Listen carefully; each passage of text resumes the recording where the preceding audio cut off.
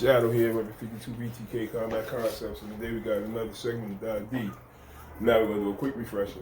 Right, thus far what we've discussed has been the geometry of combat with regards to your straight punches coming at the end of a triangle formed by your shoulders and the point of contact, your hooks and uppercuts forming a box, the triangular footwork, you box, the square footwork, right, with the foxtrot, and the circular footwork with regards to pivot and reverse pivot. The counter-offensive shapes we dealt with have been the skull and bones, the cool white guy, Comstock, the fan, and the windmill, right? All right. Now, we're going to add counter-offensive measures to these, right? Because the blocks by themselves is nothing. So, the first six are familiar with most people, right? Straight boxing, simple stuff. 1, 2, 3, 4, 5, 6, right? 1, 2, 3, 4, 5, 6. 1, 2, 3, 4, 5, 6. As I've said in the past, when you shoot to one, it's like drawing a bow. You thrust with a spear. Pull a cape across your face. Boom. Up, up, cape across the face. Right? Simple. Now, add to that. Remember, this is 6. This is the last. And this should be a hook, or it could be an overhand. Right? And number 6 is crooked punch on your right side or your rear side. If you happen to be a southpaw fighter, then your 6 will be coming from your left hand. Right? Now, 6 is where we stopped. So you got 7. It's going to be the hammer fist with my lead hand. Right? So I shot 6, 7. Right? 6, 7. Right? 8. Hammer fist, the backhand. Right? So 6, 7, 8. Right? So 1, 2, 3, 4, 5, 6, 7, 8. Right? 1, 2, 1, 2, 3, 4, 5, 6, 7, 8. Right? Notice how when I do 7 and 8, I'm moving opposite direction. So here, here, right? Boom. Here, here. Now, one of the tricks with 7 and 8 would be that that's not going to always be the case. Sometimes you'll be moving this way. For example, if I'm using the Comstock and the guy shoots, he's straight right at me, and I hit, right? I'm gonna step back, come this way, right? Because this is making his punch go off this direction. So when I step back, I want to bring all of my body weight, momentum, and torque behind that strike, right? So I hit, I come back, right? Boom, like I'm going to freeze you, right? Just hitting them with this. A variation, you could also hit them with the back of your fist, right? And there are some blocks where hitting with the back of the fist is more optimal than trying to hit like this because of the natural position of the hand. So, for example, you may come from here, right, and strike, right? So like here, right? Boom. But we'll get to that another time, right? I don't want to get ahead of myself. Staying on task, right? So we added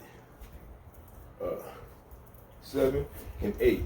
Now, again, turning these into a drill. So we know what we already got. So you move around, always practicing shadow boxing. The other guys throwing punches too. So I'm just standing there throwing punches at the air, like, you know, you're just so fast and so powerful that the other guy is going to be overwhelmed and not throw punches back, right?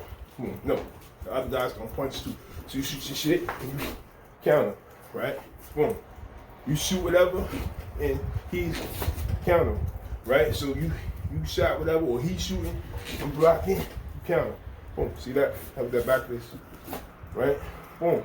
And you hit. Try to make your strikes come in groups of 3s, right? Never less than 3. So think in terms of the first strike is connecting the bridge, right? Boom. You're getting his attention. You're connecting the bridge. It's putting you, like, use it as your range and attack, right? I'm here. Boom. I shoot this. It connects. Beautiful. I'm not expecting it to put him out.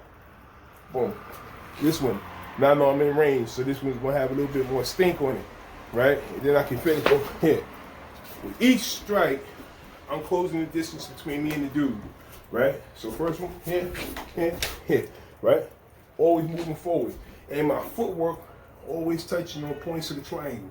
I'm never coming straight in like this. That's just walking in the punches, right? Think of a fight as a firefight, right? You've never been in the military or anything like that. You see movies, guys always looking for cover. They zigzagging so that they don't stand right in front of the other guy and get shot in the face, right? It's the same thing. You don't want to get punched in the face, right? So when I move, I'm constantly moving from side to side because I want to make it difficult for him to track me. His punches are going where he saw me last. So from here, and I step, his punches intended for here, right? His next punch, because he knows I moved here, is going to be intended, but I'm not going to be there. I'm going to be moving here. These are points. I'm moving on points of a triangle, right? I'll actually make a video showing that better. I'll make some triangles on the floor so you can see what I'm talking about. But again, I block, I strike, I'm moving, boom, I'm moving, boom. Always in the zigzag, right? Make him have to follow me. Told you before, fighting is a dance. You either want to be leading the dance or you're going to be led. If you're leading the dance, then he's fighting your fight. If you're being led, you're fighting his fight, which means you're giving him the advantage. You don't want to do that. So again, practice this. Put this into your shadow boxing. Use it with your blocks, right? Boom. Take it, turn it into the drill. Do it in sets, right? You may pick, I'm just going to use these two blocks, right? You may say, okay, I'm a weather vane / Comstock, right? I'm a weather vane and fan, right? So I'm here, he shoots the punch, I weather vane, I counter, fan, counter, right? Boom. You may choose two other blocks, right? Boom. And break up your rhythm, right? Don't be consistent with the rhythm because then you can be timed. You don't want the other person to be able to time you. And this is major right here. Close the distance, man, right?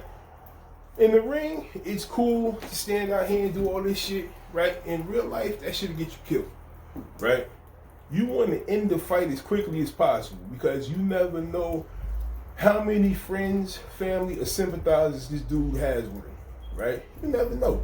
So you standing there throwing jabs at this dude for 20 minutes and this man come up and hit you in the back of the head with a bottle or some shit. That's just dumb shit, man.